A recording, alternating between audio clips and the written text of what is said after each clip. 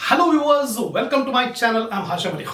So far, four main problems I have completed on computation of income from salary.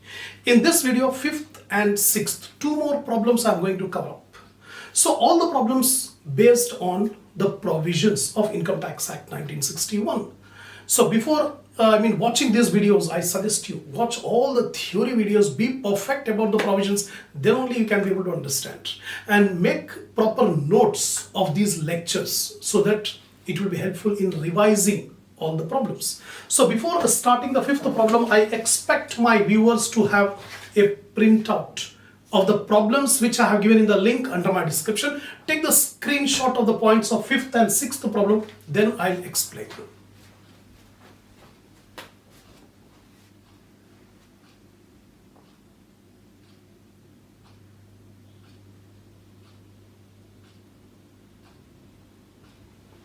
Now, see the problem number 5. Mr. Muhammad Basha is working in a limited company at New Delhi. That means non-government employee.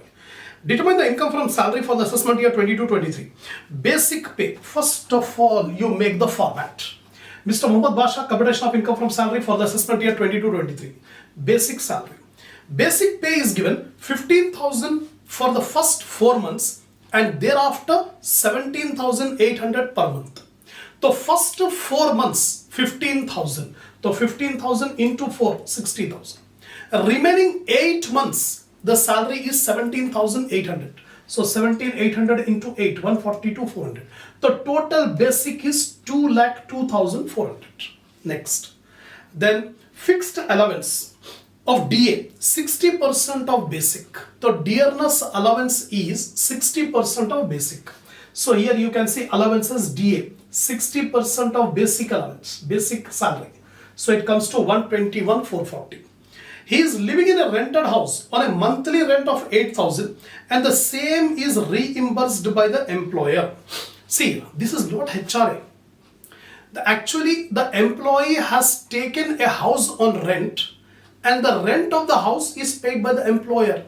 It is simply a monetary obligation of the employee met by the employer. When the employee has taken a house on rent, he has to pay the rent. But employer is paying the rent. So it is fully taxable perquisite. Rent of the house of the employee paid by the employer. Fully taxable perquisite. So here in perquisite, rent of the house reimbursed by the employer. 8,000 into 12, 96,000. So how many items I have completed? I'll just put a tick here.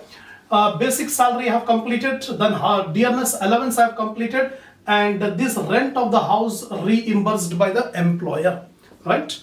Next, CCA 3,000 per month. This is fully taxable always. So CCA, city compensatory allowance, 3,000 per month into 12, 36,000. Next one is club bills. Club bills paid by the employer 8,300, including sports club fee 2,000. Club bill of the employee paid by the employer is a taxable perquisite for all employees, but sports club fee is not taxable. So sports club fee 2,000. So out of 8,300, 2,000 is not taxable. So 8,300 minus 2,000, 6,300 club fees paid by the employer is fully taxable. Employer's contribution to RPF 13.5% of basic pay. Interest credited to accumulated provident fund at the rate of 12% is 36,000. Now there is a provision in Income Tax Act regarding employer's contribution to RPF up to 12% of salary. If it is there, it is not taxable. Over 12% it is taxable.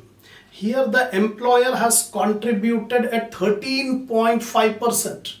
It is more than 12%. So how much excess? 13.5 minus 12. 1.5% is more. So it is taxable. So here you can see employer's contribution to RPF in excess of 12% of salary is taxable. Employer contributes 13.5. So how much is excess? 13.5 minus 12. 1.5% of salary is taxable. How much is the salary? 2,02,400. into 1.5%, 3036. So this 3036 is employer's contribution to RPF taxable under the subhead salary. Here employer's contribution 3036. Here calculations. Now next one is interest credited. Interest credited to RPF is exempted up to the rate of 9.5%. Up to 9.5% rate it is exempted. Over 9.5% it is taxable. Here interest is credited at 12%. It is more than 9.5. So 12 minus 9.5, it is 2.5 I think.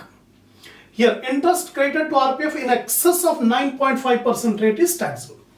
If the rate of interest is up to 9.5%, no tax. Over 9.5% tax. So here 12 minus 9.5 is 2.5% is taxable. So how much is the amount? At 12% rate, the interest is 36,000. So at 12% rate, interest is 36,000. How much is taxable? 2.5% rate.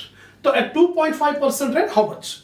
So 2.5 divided by 12 into 36,000, you'll get 7,500. 7,500 is the interest taxable under the head salary. Here interest credited 7,500, right?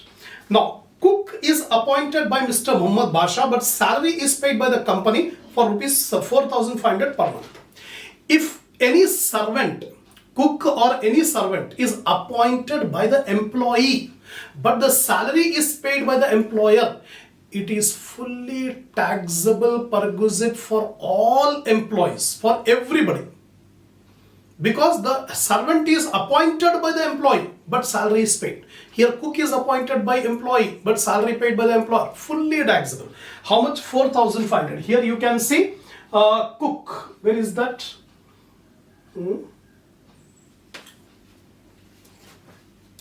Where is that?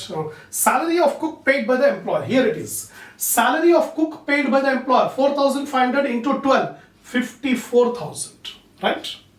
Next, bonus of rupees 5,000 per annum. Bonus is taxable under the head salary. So here bonus 5,000.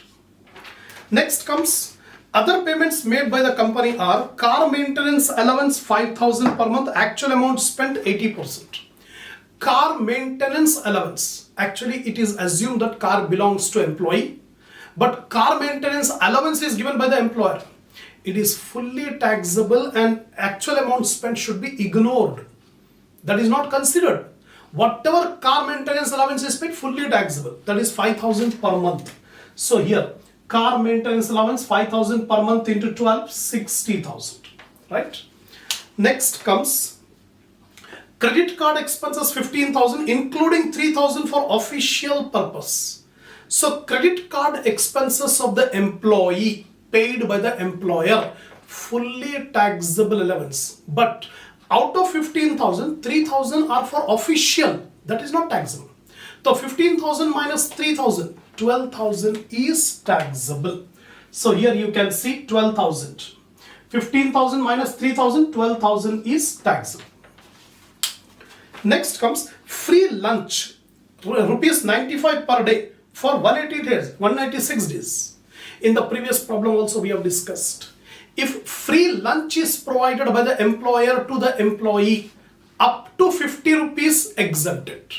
Over 50 rupees taxable. Here lunch is provided at 95. It is more than 50. So 95 minus 50, 45 rupees per day. It is taxable perquisite. So here you can see free lunch provided 45 rupees into 186 days. So it comes to 8,360. This is the free lunch provided. Right? Next one is paid 4,600 as profession tax. This is deducted under section 16(3). Profession tax 4,600. That's all. That's all. All the items I have explained. Now simply we'll take the total. See here, all the items are ticked. Take the total of all these values. 6,12,046. This is the gross income from salary. From this, 3 deductions are there. First, standard deduction, which is allowed, which is a statutory deduction, compulsory deduction. Least of the following 2 amounts: actual gross income from salary or 50,000, whichever is least. So actual gross income from salary is 6,12,046 or 50,000, whichever is less, 50,000. EA reduction is not allowed. Actually, EA is also not there. When EA is not there, no question of EA deduction. Then last one is profession tax paid by the employer. Profession tax paid by the SSC, 4,600. Deduction allowed. Take the total 54,600. Deduct 5,57,446. This is the income from salary. In working note, you have to show all the workings. Example, first employer's contribution to RPF, interest credited to RPF, then car maintenance allowance is fully taxable. The actual amount spent by the employee should not be considered. Remember, in examination, you must write all the working notes. Don't simply make the calculations and leave it. You will not get the full marks. The examiner wants to check the knowledge, why you are taking, why you are not taking. Reimbursement of rent of house is not HRA. Hence, no exemption is given. It is a personal obligation of the employee made by the employer, so it is taxable for every employee. Next is club bill paid by the employer is a fully taxable perquisite, but sports club fee is not taxable. Similarly, cook appointed by the employee, but salary paid by the employer is fully taxable perquisite for all employees. Next, free lunch provided by the employer is exempted up to rupees 50 per day. The excess will be taxable. So here in the problem it is given 95 per day. So 95 minus 50, 45 per day. So 45 per day is taxable. So 45 into 186, 3,750. That's all. This is the complete solution of problem number 5. In examination, you must write like the same way. Next, 6th problem. Sri Vinod Sanghi is a citizen of India. His age is 42 years, working in a corporate sector, Gandhinagar city, Gujarat state. That means non-government employee. He never went out of India at any time. So his status is ordinarily resident in India. Determine his income from salary for the current assessment year 22-23. Now, first we'll make the format. Vinod Sanghi, computation of income from salary for the assessment year. Salary, basic. Monthly emoluments means monthly salary is basic pay 33,000. So 33,000 into 12, 3,96,000. Basic we are taking. High cost of living allowance. High cost of living allowance is nothing but a dearness allowance. Sometimes it is called DA. Sometimes it will be called high cost of living allowance. Both are same. Fully taxable. So high cost of living allowance is 15,000 per month. So here high cost of living allowance 15,000 per month into 12, 1,80,000. Salary, basic salary 3,96,000. Next one is CCA, city compensatory allowance, fully taxable 2,800 per month. So here CCA 2,800 per month into 12, 33,600. Helper allowance. Helper allowance actually monthly 2,400 received. Actual expenditure incurred is 1,450. So Income Tax Act says helper allowance is taxable to the extent of unspent amount. The unspent amount is taxable. So actual allowance received 2,500 and expenditure incurred 1,450. Deduct 1,450. So you can see here helper allowance 2,400 minus 1,450. So how much is unspent? 950 is unspent every month. Every month 950 unspent into 12. So you will get 11,400. This is the taxable helper allowance. Next one is transport allowance 1,900 and 75% is spent. So transport allowance 1,900 per month is received. Income Tax Act says transport allowance is fully taxable. Ignore the amount spent. So actually how much amount he received? 1,900. So transport allowance 1,900 into 12, 22,800. Amount spent ignored. Entertainment allowance 1,800 per month, fully taxable. So entertainment allowance 1,800 per month into 12, 21,600. Next comes pet animal dog maintenance allowance 2,100. Actual amount spent 1,600. Again, Income Tax Act says pet animal maintenance allowance is fully taxable. Actual amount spent, ignore. No deduction will be given. So actual, how much allowance he received? 2,100. So pet animal maintenance 2,100 into 12, 25,200. Right? And interim relief 5,000 per month for last 4 months. So every month 5,000 interim relief. It is fully taxable under the subhead salary. So 5,000 into 4, 20,000 interim relief. This is the receipt. Right? Next page it is given. Yearly emoluments, annual. Bonus 55,000. Bonus is fully taxable under the subhead salary, 55,000. So bonus 55,000. Right? Next comes incentive for achieving target, 80,000. If the employee has reached the target, some incentive will be given by the employer. That incentive received for achieving the target is also taxable under the subhead salary, 80,000. Right? Next, indirect monetary benefit paid by the employer. Contribution to RPF 14%. Employer contributes to RPF at 14%. Income Tax Act says employer's contribution to RPF up to 12% is exempted. Over 12% is taxable. So here 14% means 14 minus 12. 2% is taxable. So here employer's contribution to RPF in excess of 12% of salary. So 2% of 3,96,000. It comes to 7,920. Right? Next, life insurance premium 19,000. ESI insurance premium 5,000. These are the amounts paid by the employer. Employer pays life insurance premium of the employee. Employer pays ESI insurance premium of the employee. That means it's a income for the SSC. SSC's life insurance premium, SSC's ESI insurance premium is paid by the employer. It is fully taxable perquisite for all employees. So both will be taken under perquisites. Life insurance premium paid by the employer 19,000. Similarly, ESI insurance premium paid by the employer 5,000. Both we have taken. Next, obligations of the employee paid by the employer.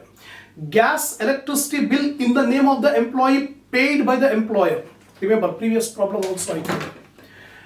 If any monetary obligation of the employee paid by the employer is fully taxable. Here gas and electricity is in the name of the employee, but bill is paid by the employer, fully taxable for the employee. That is 18,820. This is 18,820. Right? Next one is professional tax paid 5,100. Deduction will be given under section 16(3). Last, professional tax 5,100. That's all. Next item is telephone and cell phone bill in the name of the employee 6,000. Fully tax free. In the previous problem also I told you the telephone bill at the residence of the employee paid by the employer is a tax free perquisite. Over. So we have taken all the values. See, all the items are ticked here. The total is 8,96,340. 8,96,340 is the gross income from salary. From this, deductions are allowed under section 16. First deduction is standard deduction. Standard deduction is least of the following two: gross income from salary or 50,000, whichever is least. So 50,000 is the standard deduction. EA deduction will not be allowed because the SSC is a non-government employee. He has received EA, but EA deduction under section 16(2) not allowed because non-government employee. Professional tax under section 16(3) 5,100 allowed. So total deduction 55,100. Deduct, you will get 8,41,240. This is the income from salary. That's it. So this is the complete problem. Now in working notes, you have to explain the points. First, helper allowance unspent amount is taxable. I have explained. Income tax provision says helper allowance, if unspent amount is there, that will be taxable. But transport allowance is fully taxable. Actual amount spent will be ignored. Pet animal maintenance allowance fully taxable. The actual expenditure incurred ignored.